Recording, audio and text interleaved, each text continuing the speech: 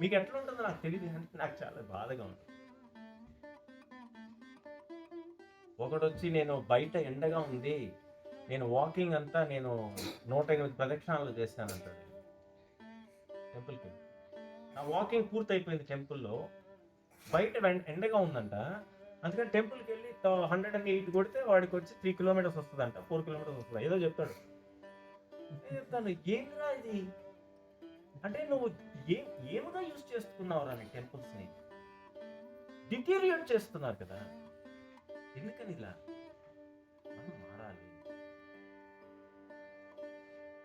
10 మందిని మార్చాలి.